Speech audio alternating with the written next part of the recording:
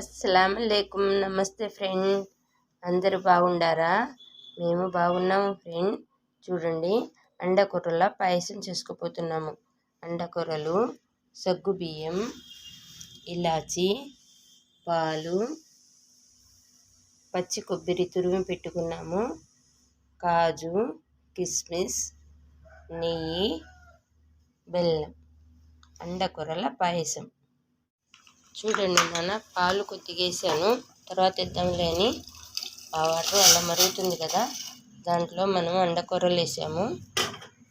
అవి అండకూరలు రాత్రి నేను నానబెట్టి పెట్టుకున్నాను అన్నమాట. ఇవి సగ్గుబియ్యం నాన్న.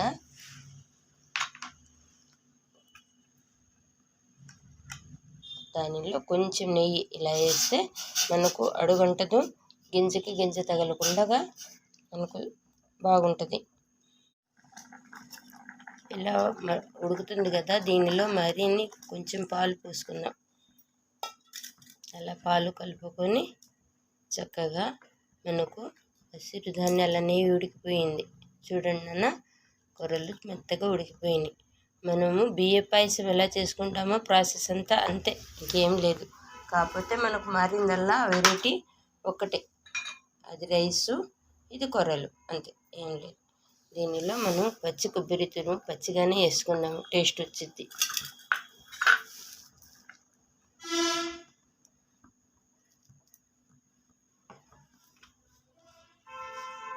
నాన్న, మనకు కాజు కిస్మిస్ ఎగిపోయింది. మట్టి పాత్రలో ఎప్పుడైనా కానీ మనకు వేడి ప్రభావం ఎక్కువగా ఉంటుంది. దానివల్ల మనం ముందుగానే జాగ్రత్తగా చూసుకుంటూ చేసుకోవాలి. తాలింపు వేసేటప్పుడైనా కానీ ఇంకాస్త ఏగనిద్దాంలే అని చెప్పి ఉండొద్దు నాన్న, తొందరగా కట్ చేయండి.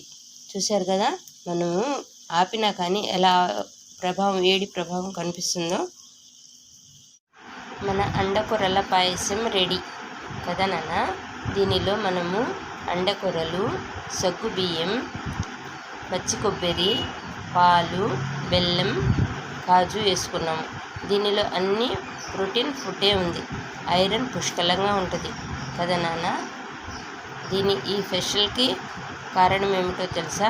ఈరోజు మా చిన్న మనవరాలి బర్త్డేకి మీ అందరి ఆశీస్సులు ఉండాలని కోరుకుంటున్నాను. నా బిడ్డ 100 నూరేళ్లుగా సంతోషంగా హ్యాపీగా ఉండాలి, తన చదువు చక్కగా ఎదగాలని మీరందరూ ఆశీర్వదించండి. థ్యాంక్ యూ ఫర్ వాచింగ్ నాన్న. షేర్ చేయండి, లైక్ చేయండి, సబ్స్క్రైబ్ చేయండి నాన్న, ప్లీజ్ మా.